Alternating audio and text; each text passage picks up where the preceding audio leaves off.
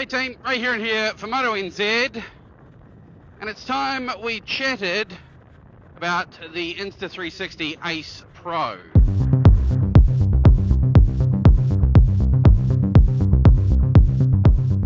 This is the Insta360 Ace Pro on my helmet, and I'm recording this all using Insta360 cameras. I got the Insta360 One RS on the handlebars, which you've seen in many of my videos, but it's not about that camera, it's about the Ace Pro. And in my first video, my first look, my unboxing of the Ace Pro, I asked the question, is this a GoPro killer? Is this the camera to buy? Should you get this one over the GoPro? Well, let's start with the positives. The Insta360 Ace Pro, I really like the image this camera gives. It is a beautifully crisp image. You can run it through the Insta360 app, either on your computer or on your phone, and do things like motion blur, reframe. There's some really nice features in this camera. It's punching above its weight for a company that hasn't been in the market all that long. Of course, it's an almost square sensor. It's got a bigger sensor than the GoPro. It's the same sensor that's in the DJI. So there you have it, the three big players in the action camera market. DJI's Osmo Action 4, GoPro's Hero 12, and the Insta360 Ace Pro. Which do I like best though? That is the question. Which do I reach for every time? Well, as with most camera gear, it's a tool for a job, right? Building a house, you need to put a screw in. You don't reach for a hammer, you reach for a drill or a screwdriver. You don't employ a plumber to do your electricity, do you? No. You don't get a roofer to put your drainage in, do you? I don't think so. I'm getting confused with my analogies. But anyway, what I'm trying to say is, for a ride like this, helmet-mounted camera, absolutely brilliant. I love it. I really do like this camera. I really do like this bike too. But the drawbacks are the lens. So the Leica lens, it's really good, but it's not changeable as far as I know. And if I'm going to go get really dirty, stony, gravelly, dusty, the lens is going to hold up a bit. It's going to get scratched, dented, chipped, broken, grubby, whatever, sooner or later. And so what I like about the GoPro is the interchangeable lenses. I also really like the GoPro Max Lens Mod 2.0. I think it's very versatile, keeps the horizon level, gives me a massive field of view, and it's quite immersive. However, you put the colors of the GoPro side by side with the Ace Pro, and the image on the Ace Pro just looks far superior. Now this comparison is a little bit tainted because I don't have, nor have I tried, the DJI Osmo Action 4. And I know that it uses very similar technology to the Pocket 3, which I do have, and I quite like the Pocket 3. But I'm not going to use the Pocket 3 on my helmet for jobs. Where am I going with this? The Insta360 Ace Pro is a brilliant little action camera. And if it's the only action camera you're going to have, and you want to put it on your helmet and record your rides, then there is absolutely nothing wrong with it. However, I think the Ace Pro, although it has a better image, is not quite as good an all-rounder as the GoPro. I think GoPro have had more time in the game to perfect their offering, and so the offering is better. I have two GoPro Hero 12s, one with Max Lens Mod, one with standard lens.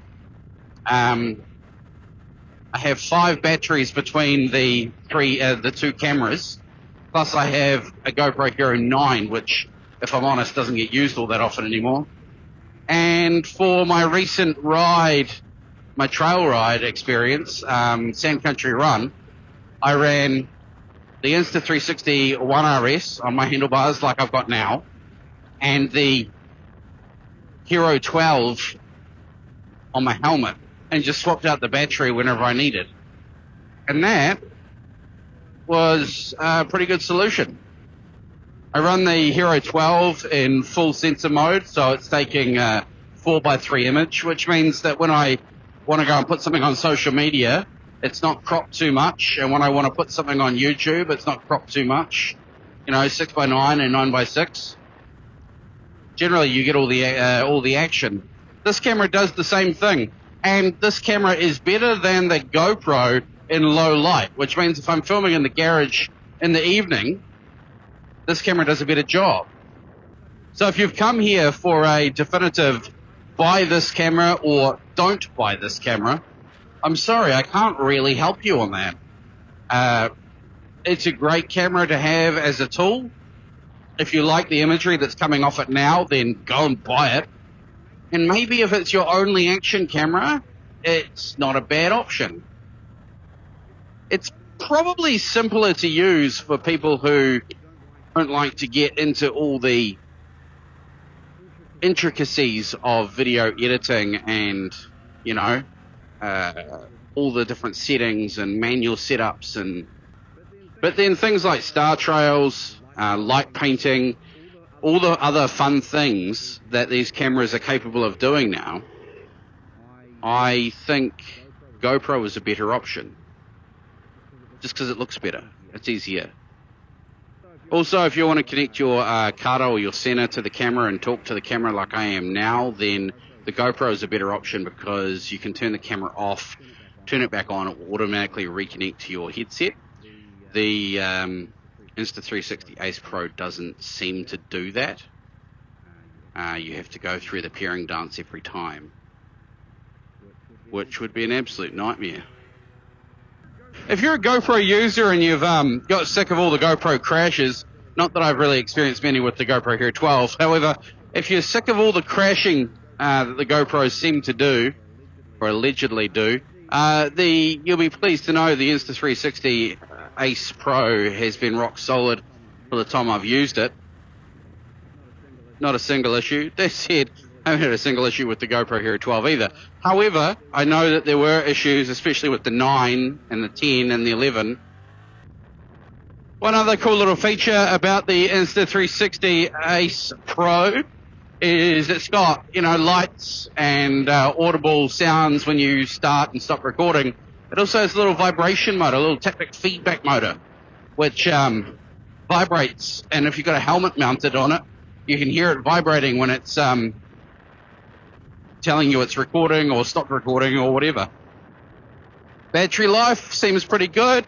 Get a decent hour or so, hour and a bit in real world conditions.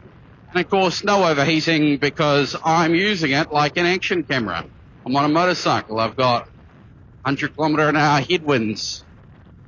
It's getting lots of airflow. It's definitely not overheating, but then neither do any other action cameras in these sorts of environments because that's what they're made to do.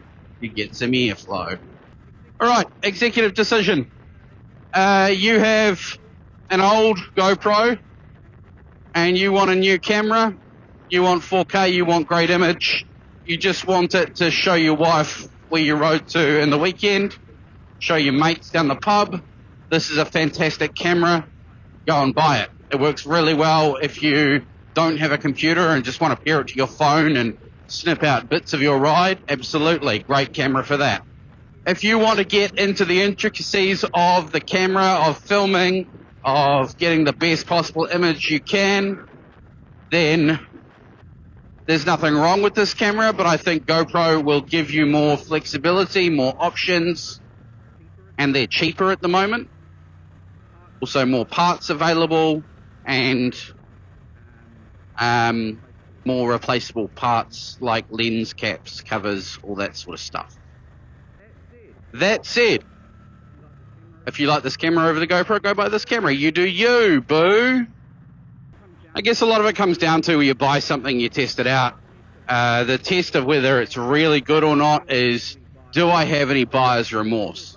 And of course, I bought this camera with my own money. It's not like I was sponsored. Insta360 don't even know I'm making this video, leave alone didn't give me anything to make the video. No gear, no sponsorship, no nothing. I bought it, I'm talking about it, I'm giving you an honest opinion. And I've been a GoPro user for years, yet I really like this camera. I guess what I'm saying is there are situations where I still reach for the GoPro first. Morning commute like this, talking to you and recording content about something I'm testing, not a problem. Road trip, no dramas. Can recharge it on the bike with USB-C, all good. Just don't expect, yeah, that's it. Just don't expect this camera to be the best of the best of the best in every sort of situation. It is a very good camera. It is better than GoPro in certain scenarios, but then GoPro is better in other scenarios. So, no. To answer the main question, is it a GoPro killer? No. It is a very good camera, and if Insta360 learn and improve on this, then potentially it will be a GoPro killer moving forward. There is absolutely nothing wrong with this camera. If you want one, go buy one. Yeah. And for those wondering what I'm riding and why I haven't spoken about it, the elephant in the room, the Suzuki GSX-8S is what I'm riding right now. I can't tell you anything about it on this channel until October. However, if you want to know about it now, search out Kiwi Rider Mag on YouTube. All my content's going up there about this bike for the next 6 months. And then after October, we'll release all those videos on the MotoNZ YouTube channel. There's also a bunch of written content that I'm doing about this bike as my current long-termer on the magazine. kiwirider.co.nz is the website to go and check that out. MT07? Is it? Absolutely it is. What generation? Gen 1 MT07. Nice. Had 2 of those. Great bikes. Put 40,000 Ks on my first one. I think I put 40,000 Ks on both of them. 40,000 Ks on 2 MT07s and then got a Tenere 700, which is basically the same engine. Thank you so much for watching. Really appreciate your patronage. If you have any questions, chuck them in the comments box below. I keep an eye on all those comments, and if I can answer the question, I will. Otherwise, thanks for watching. Keep the rubber side down. Like, comment, subscribe, and we'll catch you in the next one. Hooroo!